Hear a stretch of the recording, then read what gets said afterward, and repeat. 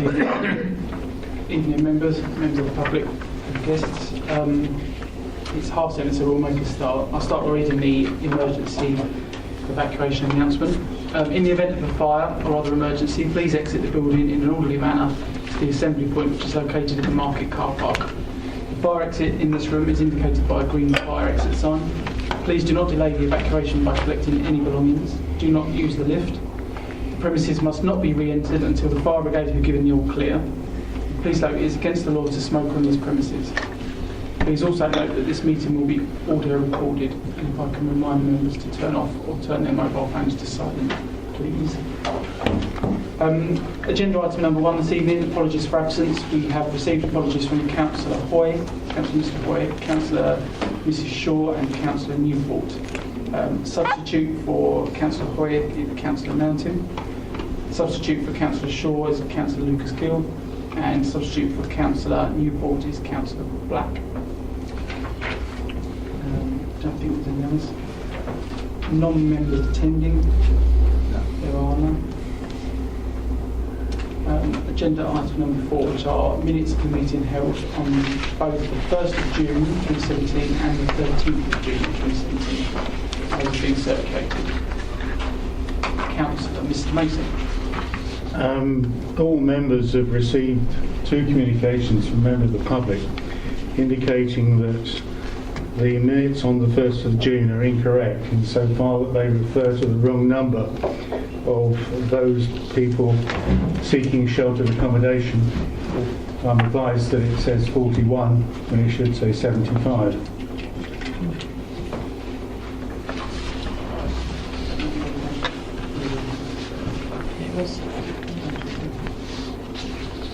I think she will. I think the Assistant Director will clarify. I was under the impression it was 41 in Rayleigh, or Rayleigh residence, was it? That's right. Chairman, that is my recollection, but the number 75 was also given. Otherwise, I wouldn't have known it for the next meeting. Councillor Drake. Thank you, Mr Chairman. One small point. In respect of the minutes for the meeting on the 13th of June, you'll recall that I acted as Vice Chairman, which isn't indicated in the minutes. I don't know whether that is particularly relevant.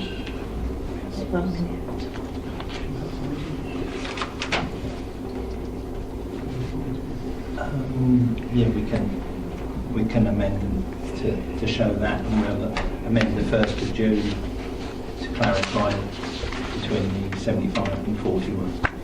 Chairman, can I just ask for apologies were given for my absence from the meeting, but I think given the substance of the meeting, it's important that there is a reason given as to why I was legally required to be substituted for that meeting, and therefore on the 13th of June.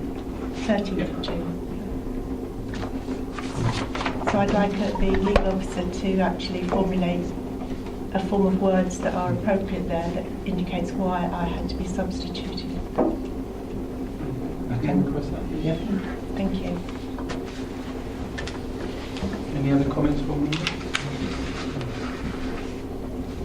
No? Okay. Item number 5, which is declarations of interest. Councillor Smith. Chairman, I'm declaring that there is no whip applied to the Green and Rockford District residents, members who are present. Thank you. Any other? No? Okay. Moving on to item number 6, which is the Treasury Management Annual Review. Everyone should have had a copy of the report emailed to them and had a chance to have a look at that. We welcome Matt Petney, the Principal Finance Officer, this evening. Matt, perhaps I could just start by asking you just to briefly go through the report, just highlighting any points that you feel pertinent for members. Absolutely. Yep. Thank you, Mr. Chairman. The report is basically an overview of the 2016-17 financial year in terms of Treasury management and how our authority has done with the cash that we've had put out on deposit with various institutions. I guess the highlight of the report, if you can call it a highlight, I'm pleased to say that we achieved better return on investments than we budgeted. So the revised budget was £30,000 and we achieved £35,985. So for an authority that is putting its funds mainly 100% currently in banks, building societies and money market funds, that represents a fairly good return for our size of authority. I guess I just want to point out a couple of other things as well. Previously I came to this committee and met with Councillor Mr and Mrs Mason regarding options around Treasury Management Advisors. As the report states, we are coming to the end of our contract with Capita Asset Services, formerly known as Sector Treasury Services.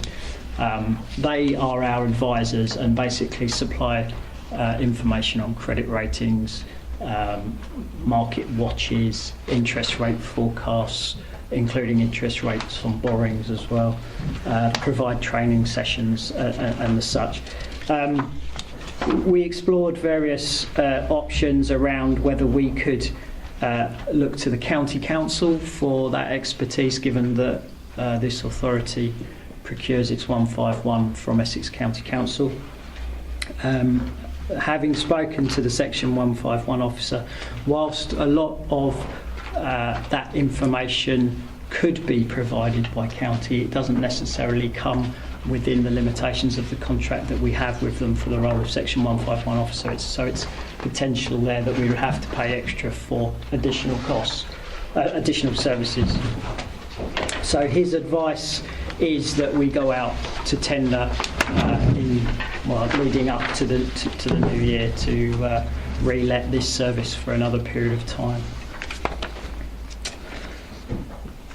Just want to highlight one other thing that probably stands out a bit, and that's under investment position, item 4 on page 6.3. You'll notice there that the investment position has gone from £0 to £5 million within the year, and I just really want to put some explanation on that. It wasn't that we didn't have any money at the end of 2016, it was just that we didn't have anything out on investment. What funds we did have was just sitting in our current account at the end of 2016, whereas at the financial year we've just closed, we actually had £5 million out on investment with various institutions. I don't think there's anything else I particularly want to emphasise. One last point actually, I mean, just to emphasise that the budget that was set was based around base rate either staying where it is or possibly rising in the year, whereas in fact it did, as we all know, it did drop to 0.25% in the year. So just want to highlight that 35,000 is a good return given base rate dropped during the year. I'm happy to take any questions. Okay, thank you very much. Councillor Mr Mason. Chairman, I'd like to follow up on the matters raised with the recommendation on behalf of the project team. I would just mention that the project team, it sounds like it was very restricted. It was only 3 members, and it just so happened that Councillor Mrs Mason and I were the ones present. Nevertheless, the matters before this committee today, so if there are any matters that need to be raised in addition, they can be. I'd like to ask the question of the officer about procurement. In particular, the project team was advised that Barclays Bank PLC was a possibility. Clearly there are others. Does the officer have at this stage an idea of what organisations will be invited to submit effectively offers and tenders for this contract? And will it include Barclays Bank? At this stage I don't have a definitive list of who will be invited. Given that the 151 officer has now said that Essex won't be providing those services, we will look now to be starting that process as we build up to January next year after the summer recess, so September time onwards. So we can look to build a list of possibilities. As far as I'm aware, there are only 2 organisations that are like Capita who provide the whole package, as it were, and that's Capita and Arling Close, another company in the market. Having said that, I believe Capita Treasury Services are in the process of being bought out, so that might open up further possibilities over the coming months. But no, we will be looking at every opportunity to bring in as much competition as we can into the tender process. Could I follow up, Chairman? You may, yeah. Thank you. Obviously, this is going to approve a re-procurement if this recommendation is followed, and I see no reason why it shouldn't. But may I ask where member oversight is going to be provided in relation to the tender process and the tender appointment? I'm just trying to think when, as we bring 3 Treasury Management reports into you a year, so the next one won't be until the Treasury Management Strategy Statement, which will be in January, so we would have to bring in a separate report as part of the budget process during September, October. So, Chairman, do I conclude that the recommendation should also include a reference to the fact that this will return to the review committee? Well, Can I just chip in? We've got the mid-year review down for the 5th of December. Ah, yes, we do. Correct. We could bring it in then. no. Yeah.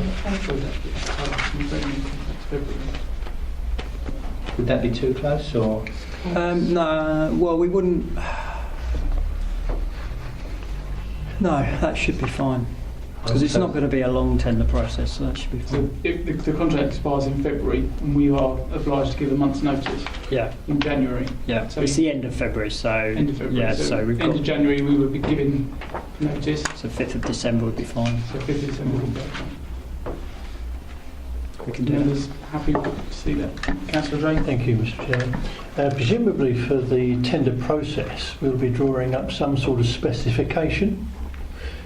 Is the intention for that to come back to us as well on the 5th of December? The specification that we used last time was basically a list of the services that we required as a finance function here at Rochford. Having said that, the services we get are no different to the services that you would get if you worked at any local authority that Capita provide their service to. But yeah, again, I can bring that back into the same meeting. More than happy to do that. I think that's worth it, Mr. Chairman. Yeah, that would obviously be needed prior to the tender process commencing. So when do you intend for the actual tender process to It will commence? be after Christmas, so 5th of December will be fine. Right, okay. Could I make a suggestion? You could use the same task and finish group Yeah, to look at the spec and what's required beforehand, yeah, and then go into the December meeting, can do. if the members are happy with that. Have a meeting in November. Yeah. Councillor Mrs Mason. Thank you, Mr. Chairman. Yes, I can concur with Paul. I think that would be advisable, especially as some of the items that we were receiving in the report, we were questioning the validity. So there doesn't seem much point in going out on tender on something if we don't need the whole package. We need to look at the package that we require rather than the package that we have. And I think that was discussed at some length, wasn't it? Yeah. That a lot of the information is duplicated. So I would certainly suggest that the officer's proposal that we meet in November, the same group, task and finish group, which would then put some formal process onto that decision that can then come back to full review on the 5th of December. Councillor Lucas Gill. Thank you, Chairman. I get the impression that we are looking for the same information as other local authorities? We basically procure the basic package. Some local authorities might have a larger portfolio where their requirements are in more detail. For example, we are currently debt-free. Doesn't mean that we might not be debt-free next year when we procure, but currently we're debt-free. So there is advice given on how to manage your debt portfolio and things like that. At the moment, we have the basic package that Capita would offer an authority of our size, and if we need to buy extra services in, we just purchase them as and when we need them. Having said that, I don't think we have this year. In fact, we haven't. So, is there a possibility then that if we're looking for the same thing as another authority, we could share and reduce cost? I don't think Capita would go down that route. Their whole purpose in life is to make money out of individual Obviously. authorities. So, and I think their argument would be that our portfolio is different to any other councils, and they tailor their reports to our specific requirements. Thank you. Thank you. Councillor Stanley. Thank you, Chairman. As you remember, last time we met, I believe I did show some interest in other councils where their product is earning more than what we are. Have we looked into that? In relation to what we can actually do, because there's nothing in here that says that we have. So basically, the treasury management strategy that was agreed for 2016 back in January 2016 took. Basically, members wanted to mitigate risk, so it was decided to continue with the structure that we only invest in safe banks, building societies, money market funds. We did, and at the time, the Section 151 officer did bring to this committee options around investing in property funds and the such, but it was felt that we wanted to mitigate those risks as we were still achieving a fairly healthy return for the investments that we were able to place. Having said that, the treasury management strategy for next year will be brought back in to January's review committee, and those options can be looked at again. Can I come back on that? You may. Thank you. I know we was looking at A++, or whatever it was that we was looking at, and we, although it was brought to our attention that perhaps we could look at an A+ rather than the double indemnity that we was looking at, and that it seems that others may have got a little bit better financial out of it than what we have. I know we've done well in comparison to what the going rate is at 0.25, but obviously there's other areas where we could probably look at to bring it forward a little bit more than that. I mean, if we're going to look at that next year. Yes, I mean, for coming year. so we are doing the best we can. Basically, the list of I know we don't want the risk, or it's said we don't want the risk, but others seem to have sort of moved along. If members decide to go down the route of investing in property funds or institutions or investment opportunities like that, then potentially the return could be 3-4%. Having said that, members of this authority decided that we wanted to maintain our portfolio with the institutions we use, and that portfolio would be no different to any other authority. You know, that we are getting the best rates we can with the options we have. So, for example, I met with Santander Bank today, and they're in the throes of launching a 6-month fixed term investment account that will pay 0.7%. Now, that's pretty good in today's market, and we will be looking to put some money into that. But that's the top end of what we're getting at the moment for a fixed rate investment. As I say, if we had gone down the property fund route, then potentially 3-4%. But there is risk attached with that. Thank you. So we could say we could get, as Chris Stanley's asked, a risk assessment for that at the time, because obviously this changes, isn't it? So we have a risk assessment, we can look at it. Yeah, absolutely. And that is part of the service that I believe Essex would be able to get involved in, and I believe they did when that was brought in originally last year. The chief accountant at Essex, who's also the Treasury Management Chief Officer, I believe attended this committee and presented with your Section 151 Officer, Robert Manning. Yeah, thanks. Thank you. Councillor Hookway? Yeah, there's been speculation about interest rates more in the upward direction. And when this is being looked at again, sort of January next year, we could be in a position where interest rates have gone up. Have you taken that into consideration in sort of like some of your calculations of where you think we might go? Well, we haven't started to think about the 18-19 budget yet, but we will be in September, October, and that will be very much at the forefront of our thinking, and that is one of the areas that we'll be working with Capita. They basically every month have a interest rate subgroup that meet within their organisation, and it follows on from the Bank of England meeting basically. And I think the last Bank of England meeting, as you say, was closer than it had been in quite a while. 5-3, I believe, in 3 people voting in favour for a rate rise.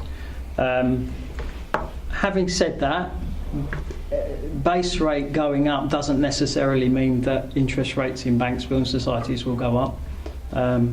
Their rates depend on interbank borrowing more and how their balance sheet is looking, to be honest. But it might mean rates will go up. But it'd be something, we tend to leave the Treasury Management interest budget up until the very last moment, so we are basically setting the budget on the very last bit of information we have before we come to full council in January. But to be honest, even if base rate might go up 0.25%, maybe 0.5%, from what I'm being told from Capita, it's very unlikely to go above 0.75% within that financial year. So, we're still only talking maybe £30,000 either way. I know that sounds a bit flippant, but considering where we were at 10-12 years ago when we were generating £800,000-900,000 from Treasury Management investments, so it's not going to bridge our gap, put it that way, but it will help. Thank you. Councillor Stanley? Thank you, Chairman. I wonder if you could give us some sort of idea, and this is sort of coming to the end of our financial year, if you like, but how other councils, and especially those that have seem to have done better than us, if you could give us some indication of that in this, in a document or something that can show, should we have made that leap, where would we be now? In fact, like when I spoke last time, I think we should have done, but, and it seems to have concluded I was right. But I'd like to know where the others were in relation to us. So I wonder if that could be brought forward later in the year. I'm not sure if I'm going to be able to get that kind of information out of Not exactly out of them, but you must know what's going on in the market. You must know what others are doing. I'm assuming there's only 2 sources that you would be able to obtain that from. One being Capita, whoever they act on, and they wouldn't be able to give you that information. No, I mean, 2 would be the authorities themselves. Yeah. Would be reluctant to give that information. Yeah, I mean, what they would publish is their. So, for example, we published the 35,000 as our investment income from the year, but that doesn't show how we got there. They would show how much they've generated, but I'd have to go to each of my counterparts at the other districts to say, are you happy for me to share that information with our members? Can we ask that? I can ask you. I mean, they can only say no, can't they? Be interesting. I would add to that though that the options that were laid before you by the 151 were the options that are there. You know, so they're only going to tell me what was laid before you of the things that we didn't go for. Thank you. I have a couple of questions. One which I think might put you on the spot somewhat. It says in the report here that the Capita contract costs £6,000 per year. The advice service frees up officer time from researching the money markets and means that investment decisions are made in a timely fashion. Is it your opinion that £6,000 a year is value for money? Yes, it is. Okay, thank you. And my second question is with regards to the addendum that we've had. It says there that it would be expected that Capita Asset Services would re-tender for the business if this happened, i.e. if we went out to tender. You've indicated this evening that there are really only 2 companies that are involved in that sort of advice services, and that Capita are currently in the process of being purchased. Do we know who they're being purchased by and whether the new purchaser is still involved in that? Or could we potentially find ourselves with literally one alternative option? No, what I've been told from our relationship manager is that we will see no difference. So the company that are taking them over will continue to, as far as he's aware, in his position, will continue to provide the services that we currently get. That doesn't mean, though, that when we go out to tender that they might suddenly hike their prices up or offer a totally different package, or might not even want to deal with a council of our size. I don't know, but we have to wait. But Capita haven't suggested No. that they... No. If anything, they're happy to continue. Right, okay. Councillor Mrs Mason. Thank you, Mr. Chairman. I think one of the things that we still haven't investigated and which will put a different aspect on this is the possibility of using banks who also, we know from personal experience that they have this information to hand. They provide it for their own investors, and there's no reason why they couldn't perhaps provide it for Rochester District Council, and that still is waiting for the Principal Financial Officer to explore. So when we have the meeting in November, hopefully that information will be available and that will put some more clarity on that. As regards the speculation over interest rates, I think some of the members here weren't around when that report was given by the options were given by the Section 151 officer, which was a very thorough and very well debated document. And at the time, the property management risk was perceived as very high because of the liquidity of the situation. And the only thing I would add as to that might just be of interest, you mentioned that 3 of the 8 members have decided that they would foresee an interest rate rise, but one of those members is leaving the board. And so we're back to 2 8s. So I can't see that happening imminently. No. However, I have been looking for personal reasons at interest rates over the last few days, and the 2-year fixed terms have increased in some banks just over literally over the last week. So it would look in the long term that there's expected, which is reasonable, but I don't think we have any concern with interest rates over the immediate future, Mr. Chairman. Thank you. Thank you. Councillor Black.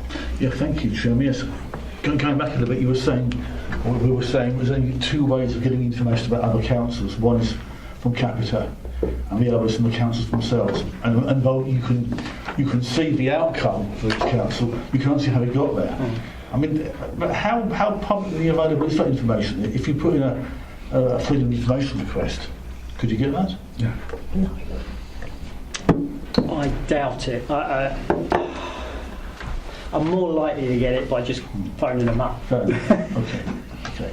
That just leaves the alternative of getting an investment board to buy Capita, but I don't know if we can afford it. Okay, thank you, sir.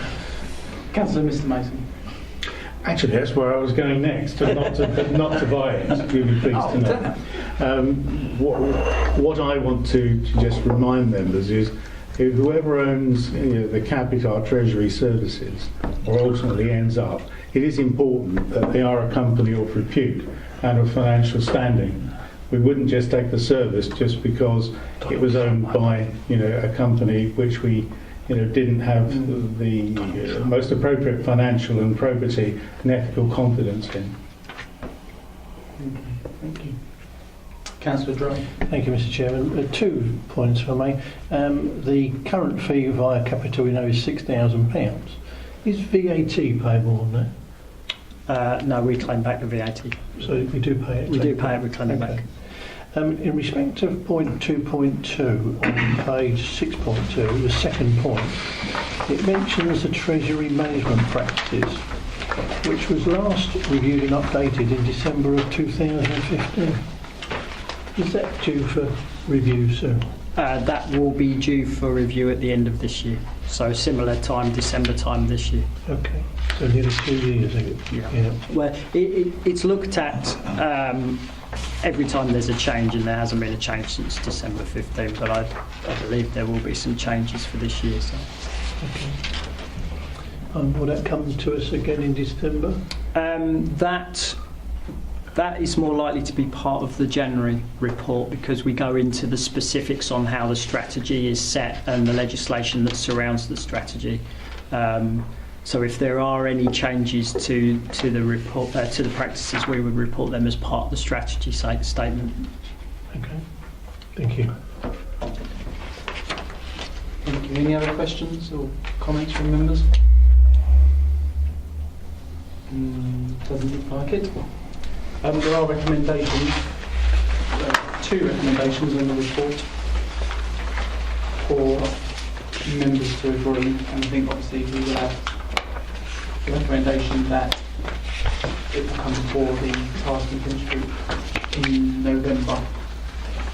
So if members are happy with that, I'm happy to agree the 2 recommendations on the report in addition to the report for that November. And then it comes to review committee in December. And it comes before review in December. Okay. Thank you very much. Thank you. You're welcome to stay. Or not. That's fine, I'll stay. You'll stay, okay. Moving on to agenda item number 7, which is the key decisions document. Does anybody need a hard copy at all? Sorry, I should have asked. Sorry.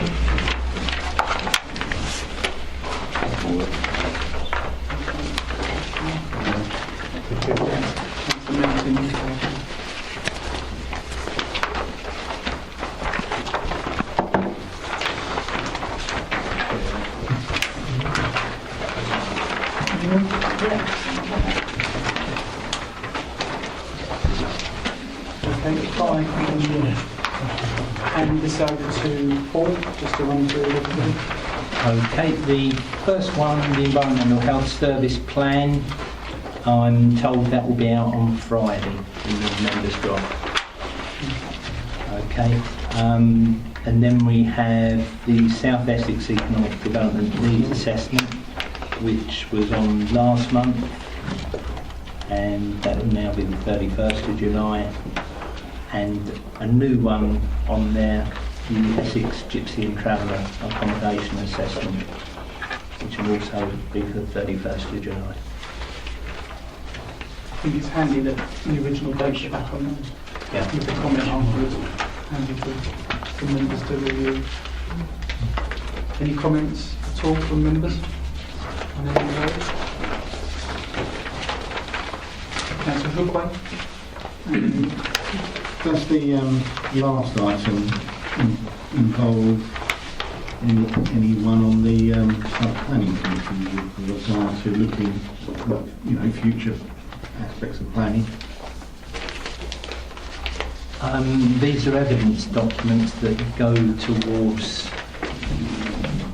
the new plan that's being formulated. So there are some planning committees involved in Yeah, but these are the documents that just it's a form report the evidence basis, yeah.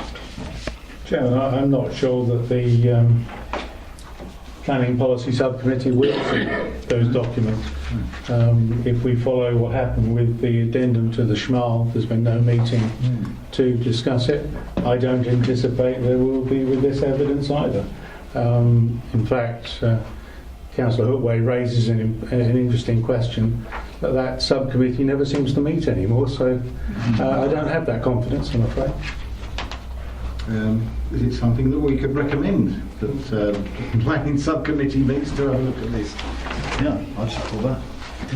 I'll happily support it. As I'm critical of the fact that there haven't been any meetings for months and months and months and months. Yeah, I support that as well, because I'm part of that meeting. Because all we're getting is officer decision without any member involvement. I will. Maybe not formally. Well, you're making it formal. We make it formal. You've made it formal. I think you'd have to make a recommendation as a committee that you feel that one should go there. If we can do that, then yes. I'm perfectly prepared to make the proposal. Yeah, and I'll back it up, and so will Councillor Black, and so will nearly So will everyone in the I. room. Okay, so that's your resolution, and I'll feed it back up the line. Thank you. That's all I can do. Okay. Any other questions from any members at all? If not, we'll move on to agenda item number 8, which is the work plan. Does anybody need a copy of that? Oh, Councillor Hookway.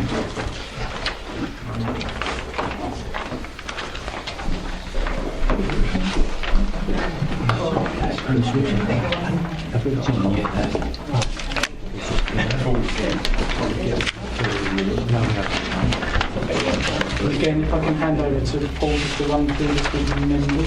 Thank you. Okay, what I've tried to do is plan out the meetings. I've spoken to the officers concerned and populated the dates. So it's all there now, laid out for when they're going to come. If any members have got any comments or questions.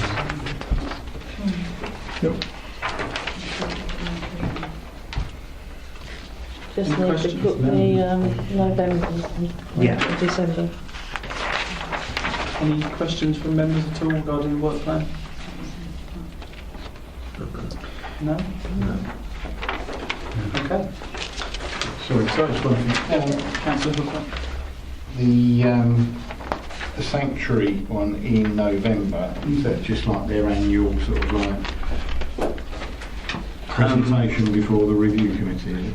That was basically a request for an update on, an interim update on the building programme they're doing. I haven't actually requested them to come yet, but I will do.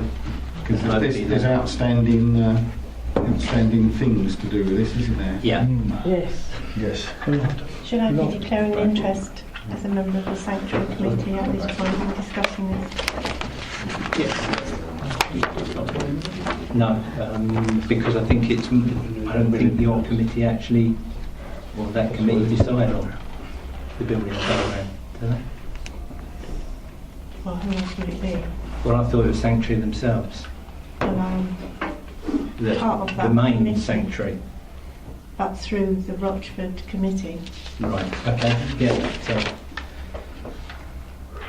So this is the work plan, so you should be just the work plan, isn't it, at the moment?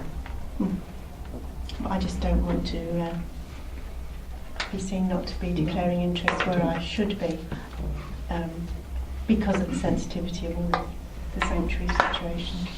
Okay. Councillor Mountain? There's some concerns regarding sanctuary housing in Chibnall House at the moment that have been raised by fellow Ward Councillor James Newport to Chief Executive as an ongoing email discussion. Will those issues be addressed by sanctuary at that meeting? No. No. That is scheduled just to be, they came last November and went through their house building programme, and this is scheduled to be an update on that rather than any separate issue. Can I ask as a follow this to out of interest, based on recent events, do we know in London in terms of building materials used by sanctuary housing and stuff, if we are discussing those matters? That wouldn't be or isn't scheduled in the November meeting.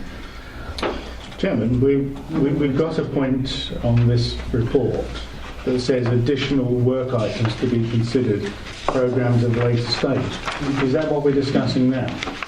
Because I'm confused at the moment. So I'm just something in, I just saw the sanctuary housing thing and I was raising an issue to see exactly what was being discussed at that meeting. That was all. It's more to do with Look, if you, numbers of properties. Chairman, if you remember, the council has entered into an agreement with Sanctuary, a legal agreement, which defines a certain number of houses to be delivered by March 2018, or at least started by March 2018. This committee has looked at that issue and via full council has required the Chief Executive to complete the negotiation which is part of that legal agreement. The intention of this November meeting, this November report, is to understand what has happened since the last time Review Committee saw it.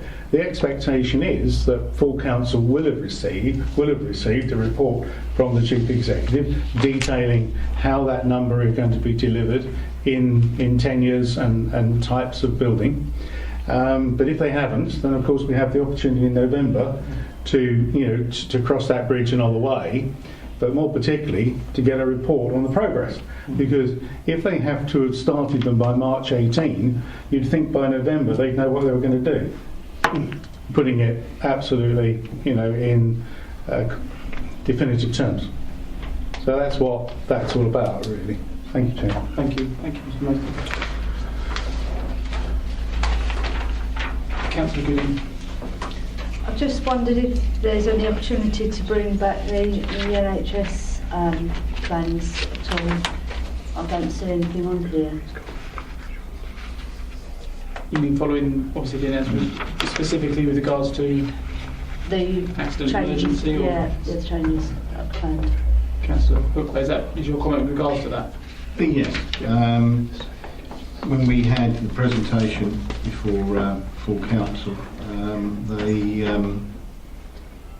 they promised to continue engagement with the council. I suppose we do have the opportunity to do that either through review or whether they're going to come back to full council. Councillor Black?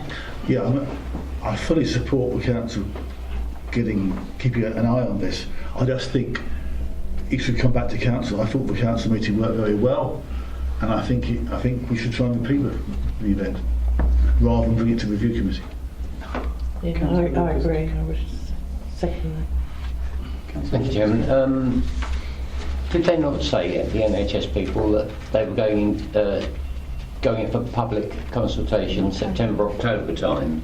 December was it? So should we have them back after public consultation? Well, that's obviously what needs to be agreed with. That's to the review committee or full council. Councillor Mr. Mason. Well, there's two perspectives on a consultation, isn't there? We are individual residents and we have the right to participate in that consultation like any other. But at the same time, the council having expressed an interest and received report from the success regime and others, I would expect that the council would want to respond to the consultation in its own right. In which case I kind of follow up on where Councillor Black is, to say that I would want that to have the strength of full council behind it. I agree I with get that's Councillor the Mason general on that. consensus, is it, that it would be rather be brought back to full council rather than review committee? Yeah. Okay. There was one issue with review in that medical practitioners who couldn't speak at full council, other than the one that the NHS, or the two that they put at the end, which was for and against sort of thing, at review could present their evidence. If that was done after the full, I'm not sure. It all depends whether or not we like what we hear. And Yeah. so Dr. Caroline Howard lives in my ward, actually, and he lives next door to a member of the council, which is of great interest. It is understood by me that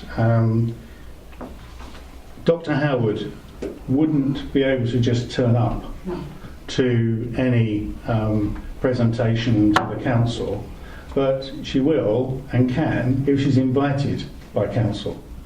So even at full council, if full council were to invite her, then she'd be able to attend.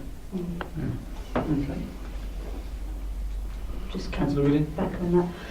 The only reason she was actually invited is because we insisted on having her attend, because it was going to be just the CCG presenting, and so it was on our insistence that she came to give a balanced view, which obviously would have to happen again. She would have to be invited. The council did not permit me to invite her, so Chairman, it sounds to me as if the committee has discussed something and come up with a recommendation to full council. And I don't see any reason why that shouldn't be formalised in a minute, to ensure that we have considered the matter as part of our work plan, have deferred it for the right and proper reasons to full council in two situations. One, before or during the consultation to receive updates from the success regime and Dr. Howard and others who would invite, but also post the consultation, what the expectations of the public are in response to it. So if we could... What do members feel about that? Yeah, agreed. Agreed. Yeah. Thank you. I just wanted to highlight that you'll notice from the table of scheduled meetings there that January doesn't have anything scheduled for now. To let members know, there is a press release that's being issued by the council, which is directly inviting members of the public to suggest areas for review. I believe it's going out either later this week or early next week. So I think for now, whilst we are able to discuss additional items that can be added to the work plan, and if anyone wants to discuss that tonight, then feel free. But it might just be an idea to keep January free for now, just in case there are suggestions made by members of the public or of more than one topic, which may need to be allocated a place, if members are happy with that. But feel free, obviously, if members want to discuss or raise any additional items tonight, then please feel free to do so. Councillor Mr. Massey.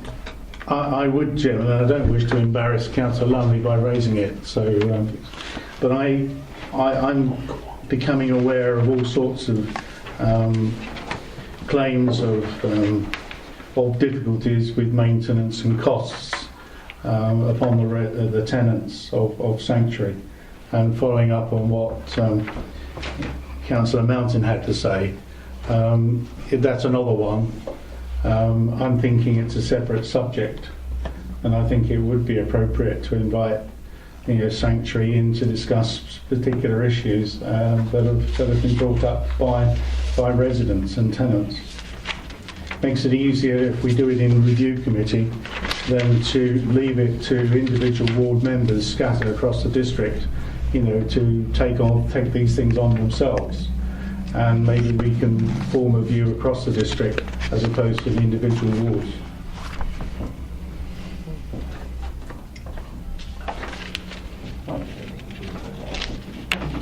I was just asking whether or not it would be appropriate to invite Sanctuary in two separate occasions, or whether or not we could invite them on one. I think, Mr. Chairman, bearing in mind the significance of Sanctuary and the housing stock that they run on behalf of our residents, that it's not unreasonable to ask them to attend twice at all. In fact, wouldn't think it was unreasonable to expect them to attend 3 times. While we've got problems and outstanding issues, then we should be able to express those to them and get a view back. I have heard of some of the concerns that other ward councillors have got. I think it would be helpful perhaps if that information was collated and perhaps given to them prior to the meeting, so that they had a chance as well to look into detail. But it is concerning that our residents have these issues, and they appear to be, some of them from what I've heard, of long-standing. So may I suggest that we do ask them to a second meeting? A lot of it will depend on the sanctuary and when they can fit it in. I'll have to have discussions and try and work something. What are members' views on that, Councillor Lucas Gill? 2 or 3 months ago, Councillor Shaw asked for a meeting with Sanctuary on this subject.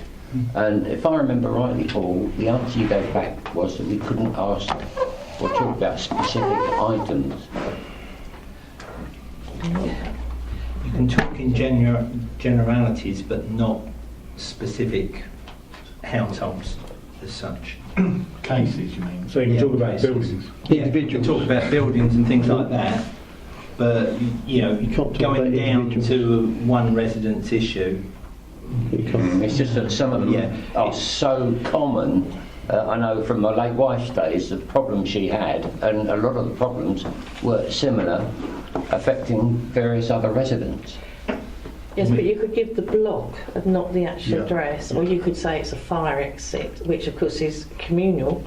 If it's something to do with windows or cookers, if you've got 10 instances, you don't actually have to say the specific address. You can say in this block there are issues with that. It's just that I really feel that they need to be taken to task on some of this. Yes. Sorry, Councillor Lumley. Thank you, Chairman. I have to say, Councillor Mason saying it's not for individual members to take up issues for residents, but I think it is exactly that in the first instance.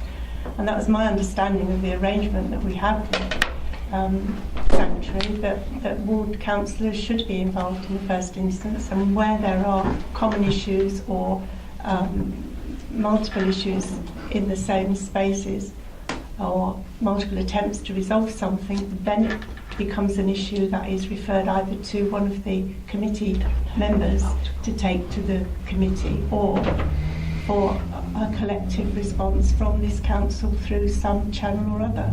But to actually not address any of those issues first through the ward member is not the right route, is my understanding. Okay, thank you. Councillor Mountain. Thank you, Chairman. Following on from what Councillor Lumley said, there are issues that have been attended to by ward members in our very ward, such as the properties that Sanctuary are responsible for in Bardfield Way and Chibnall House. And there are specific residents raising repeated issues, but I would say they cover the topics of maintenance and cleanliness, and I think it's absolutely fair in this forum to ask these general questions to get reassurances from Sanctuary, so we can then report back to our residents within our ward that this is the course of action that's being taken place. Because at the moment we've got situations where they're not answering questions, they're in retreat. So at least we can, as Councillor Lumley said, we can as ward councillors communicate to our residents directly, but they need to see as residents that some action is being taken place, some action is taking place. Okay, thank you. Councillor Cooper. Thank you, Mr. Chairman. I don't think I've got enough time in the day to see all my residents the complaints on the maintenance side of Sanctuary. Just over the last couple of weeks, I must have had at least a dozen people contact me, and this is where I feel that Sanctuary should come in and we should put it in a block so that we can all question, one, you know, what is happening on the maintenance side of it. Why are you using, it seems to me, substandard workmanship to repair these places, I mean, if you want photographic evidence of the work that's been carried out, you know, I can bring that in. There's so much of it. And, you know, we can ask Sanctuary as a block, you know, what is actually happening on the maintenance side of things. And then we can take it back to the residents and say, well, blah, blah, blah, and what's going to go on from there. Okay, thank you. Councillor Stanley? Yes, thank you, Mr. Chairman. There's also, it's not only the material things that are going wrong and that we understand, it's also that when you ring, I've been told from residents of Sanctuary that their helpline is always engaged and they don't seem to be getting any help whatsoever. And they don't seem, and on the promise that they made at full council, they would speak to the residents or individual residents to find out exactly what's wrong. And I've heard totally different things going on, that they're not interested and the helpline is always permanently engaged. I think that's another thing that we need to address. Thank you. Thank you. Councillor Newman? Thank you, Chairman. What I was going to say is that in order to know what's common, perhaps we should look at common headings and have a trawl of issues. I mean, I've had issues of somebody who's being really hammered over right to buy and has been fobbed off for about 4 years and now been presented with a great big bill as well because of maintenance to the block, which I thought was outrageous. I'm waiting to hear what happens about that one. But it's just another generic term, like cleanliness maintenance and so on. So we've got some idea of what to approach it with, you know. That way we're not going to focus on an individual's property or whatever, but basically cover those issues. And I think that's fair, because it's our housing stock, and it's also the development of our housing stock. It's quite a crucial area, all of it really. Okay. Councillor Mrs Lumley. Thank you, Chairman. I think just to inform this committee that as portfolio holder last year there was a time when I was about to have that discussion around the council, our residents that are housed in sanctuary accommodation, around the repairs and maintenance programme and the success or otherwise of that. Decided in conversation with Sean Scrutton at the time that that was not the right time to do that, but it could be that that is an avenue that we should now be going down, which is for the portfolio holder with that responsibility to be actually re-looking at that position, given what we're hearing around the table.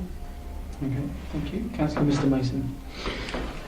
Chairman, I take Councillor Lumley's point about issues being raised with ward councillors, and in some instances there is urgency.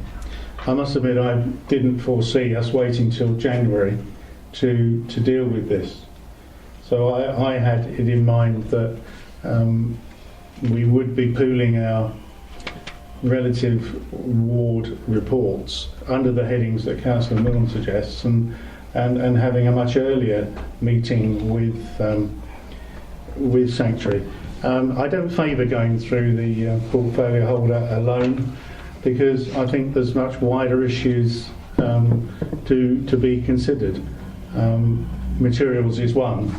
We don't know the answer to that, and I don't think it should be just simply either ward members taking the shoulder of all of this, or indeed the portfolio holder, which is why we have a review committee. It hasn't happened, and I'd like to see it happen much earlier than January or November. I'd like to see this happen, if it's at all possible, Chairman, in September or even earlier if the programme could actually meet in August to deal with it. Okay. Councillor Manson. Thank you, Chairman. Yeah, just backing up what Councillor Mr Mason has said there. Again, I don't see that this would be suitable for the portfolio holder to take on. Equally, I don't think there's too many issues for individual councillors to respond to. But at the end of the day, in terms of asking Sanctuary to come in and concerns that, you know, should we be asking them to come in, we're talking about Sanctuary being responsible for our vulnerable residents on many occasions, and I think it's absolutely right that we should be scrutinising them as often as we see fit until these issues are resolved. Thank you. Any other comments? Okay. Is there any member that wants to formally suggest a review of Sanctuary Housing's general maintenance and services? I propose it happily, Chairman. And there's a whole load of people wanting to do that. I think nearly everyone around the table. So it's not just me, it's not just them. I think we need to do a bit of work behind the situation to find out from our officers and portfolio holders the extent to which individual complaints have already been made to the council, and then mop up from ward members what other ones are happening, and in general have a conversation around the district to ferret them all out so that we get to a pretty consolidated position as early as we can. Councillor Hookway? Thank you, Chairman. It was just really a suggestion that whether this committee is happy to have an additional meeting in August, if that's the most appropriate time to do it. Yeah. I think when you've got vulnerable residents, you've got to do it as soon as possible. Yeah. I mean, my first port of call obviously have to be to speak to Sanctuary to see what they can fit in, whether they can fit something in August or whether they want to go for September. If they want to go for September, they'll move the other items off.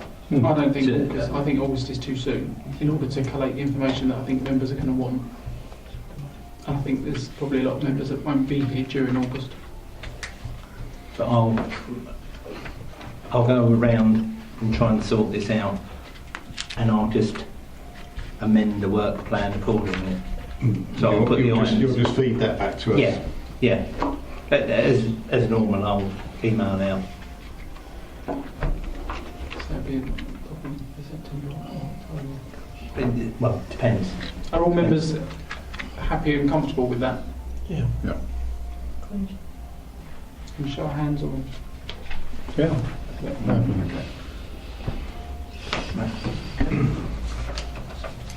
If there's no more questions or comments.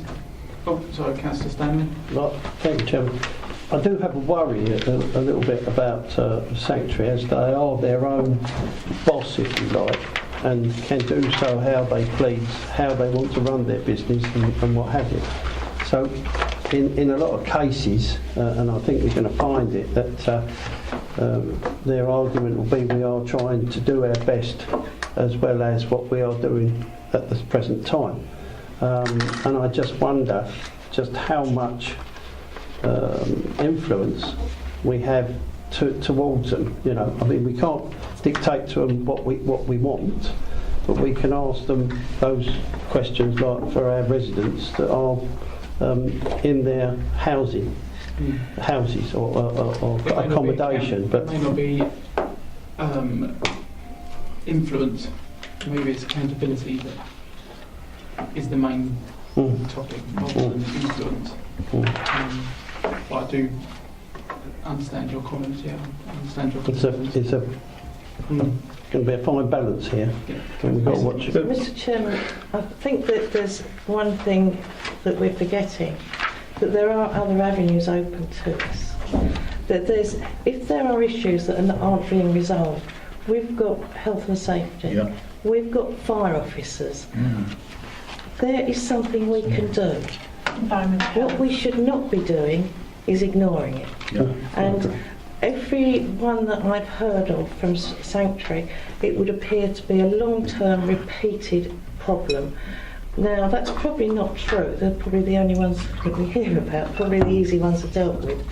But we should be looking at them. Perhaps we can ask ward members to provide a list and photographic evidence and then see what the situation is. I don't think we ought to prejudge it, but we do need to deal with it fast. Thank you. These are people's homes. I believe it was mentioned in passing, maybe by yourself, Chairman, that the idea of actually presenting the questions in advance to Sanctuary, so once we've collated how we want to approach it, then they will know. So we're not sort of trying to, we just want what's best for our residents, really. We're not We just want answers, so if we could submit questions in advance, maybe that would encourage them to come in. And photographs. The other thing, Chairman, is of course we've heard that I think we heard that Sanctuary spend £40 million on maintenance in this district. I can't remember what period it is, but it sounded like a really impressive bunch of money. That suggests to me they've got a rolling programme, in which case we need that to be elucidated and presented to us, because it could be that there are some things in there that, you know, create an overall picture rather than the individual spots. Councillor Lumley, Just to say, the 40 million, I believe, was the planned programme of all the refurbishment that was agreed in the transfer. It's not the ongoing maintenance of the current stock. It was the updating and upgrading over the 10 years. And that's what they're currently completing in certain places like Barfield Way with roofs and windows. And It sounds relevant. yeah. Councillor Hookway. Yeah, I mean, there's a fair bit of work going on in Wakering at the moment, so All to be completed by March 18. starting to get some feedback from people about their views on the work that's being carried out. So some of that's going to feed in potentially into this particular topic when we bring it to them. So a lot of it's current and relevant and it's happening now. And some might be positive, hopefully it is. Possibly. If I could just add to that the 6 sheltered schemes that were all 5, because we won't talk about the one that's changing its purpose, but are all due to be refurbished in some way in the next 6 months or so, I believe. So that would be the 10-year programme of all the stock covered. Okay, thank you, members. No more questions. Close the meeting at 8:36. Thank you very much.